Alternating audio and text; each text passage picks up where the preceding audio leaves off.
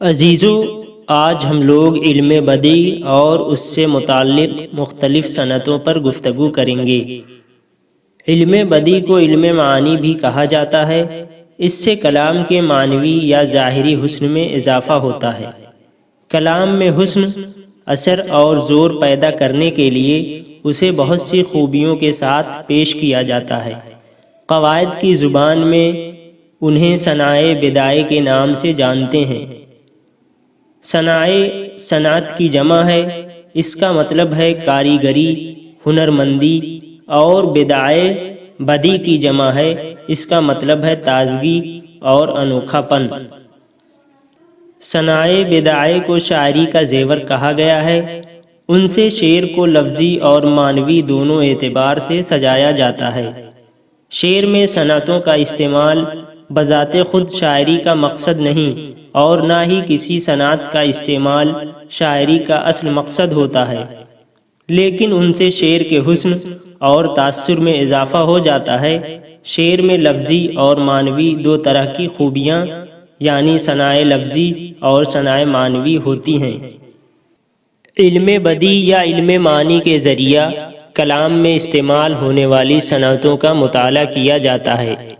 ایہام، تجاہل عارفانہ، تضاد، تلمیح، تنسیق الصفات، حسن تعلیل، سوال جواب، لف و نشر، مراعات النظیر، تجنیس، اشتقاق اور تعلی وغیرہ صنعتیں ہیں۔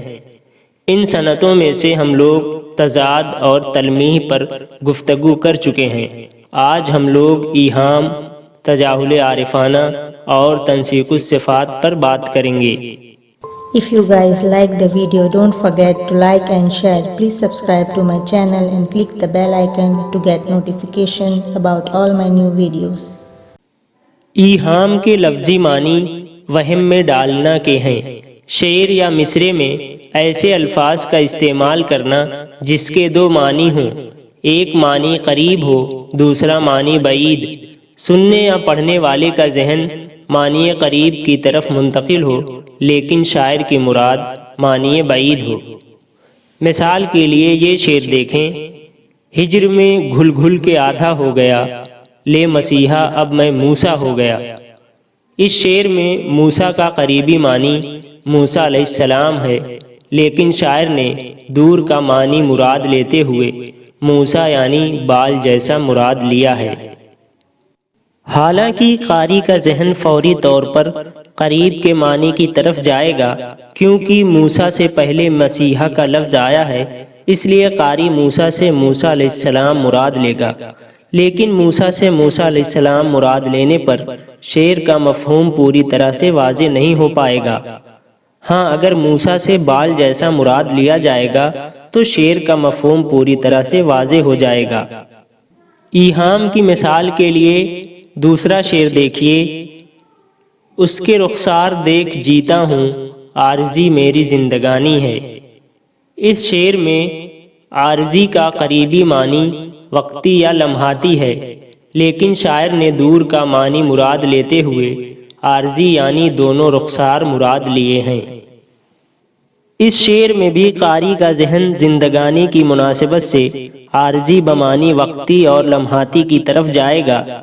حالانکہ یہاں عارضی سے شاعر کی مراد رخسار ہے، جس کا ذکر شاعر نے پہلے مصرعے میں کیا بھی ہے، اور عارضی کا معنی رخسار مراد لیا جائے گا تو ہی شعر کا مفہوم پوری طرح واضح ہوگا۔ 18ویں صدی کے نصف اول میں شعراء صنعت ایہام کا خوب استعمال کرتے تھے، اور باقاعدہ ایہام گوئی کی ایک تحریک سی چل پڑی تھی، جہاں اکثر شعراء صنعت ایہام کا کثرت سے استعمال کیا کرتے تھے۔ اردو شاعری پر ایہام گوئی کا منفی اثر پڑا۔ اردو شاعری فکر و خیال کی بلندی کے بجائے لفظوں کے الٹ پھیر میں پھنس کے رہ گئی۔ شاہ حاتم، مضمون، آبرو اور یکرنگ وغیرہ جیسے کئی شعراء ایہام گوئی میں ید طولہ رکھتے تھے۔ آگے چل کر مرزا مظہر جانے جانا نے ایہام گوئی کے خلاف تحریک چلائی اور اردو زبان کی اصلاح کی۔ حاتم، میر درد، میر تقی میر، سودا اور ناسخ وغیرہ جیسے کئی شعراء نے بھی اصلاح زبان کی تحریک چلائی اور اس طرح ایہام گوئی کا سد باب ہو گیا۔ صنعت تجاہل عارفانہ۔ تجاہل عارفانہ کے لغوی معنی جان بوجھ کر انجان بننا کے ہیں۔ مبالغہ کی غرض سے شعر میں کسی چیز کی نسبت باوجود علم کے ناواقفیت ظاہر کرنا یا جانتے ہوئے انجان بننے کی کوشش کرنا تجاہل عارفانہ کہلاتا ہے۔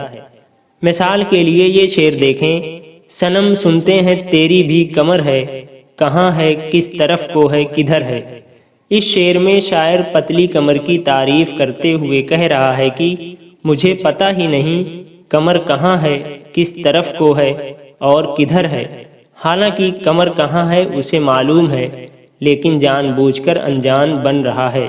اس لیے ہم کہہ سکتے ہیں کہ اس شعر میں صنعت تجاہل عارفانہ کا استعمال کیا گیا ہے۔ صنعت تنسیق الصفات۔ شعر میں کسی کی صفت ترتیب سے بیان کرنے کو تنسیق الصفات کہتے ہیں۔ مثال کے لیے یہ شعر دیکھیں: قامت خمیدہ رنگ شکستہ بدن نزار، تیرا تو میر غم میں عجب حال ہو گیا۔ اس شعر میں میر اپنے لیے بالترتیب قامت خمیدہ، رنگ شکستہ اور بدن نزار جیسی کئی صفات لا رہے ہیں۔ اس لیے ہم کہہ سکتے ہیں کہ اس شعر میں صنعت تنسیق الصفات موجود ہے۔ مثال کے لیے ایک دوسرا شعر دیکھیں: بوسہ لیتا ہے جو منہ چڑھ کے برابر گیسو، کتنا گستاخ ہے بیہودہ ہے خود سر گیسو۔ اس شعر میں گیسو کے لیے بالترتیب گستاخ، بیہودہ اور خود سر جیسی صفات لائی گئی ہیں۔ تو اس لیے ہم اس شعر کے لیے بھی کہیں گے کہ اس شعر میں صنعت تنسیق الصفات موجود ہے۔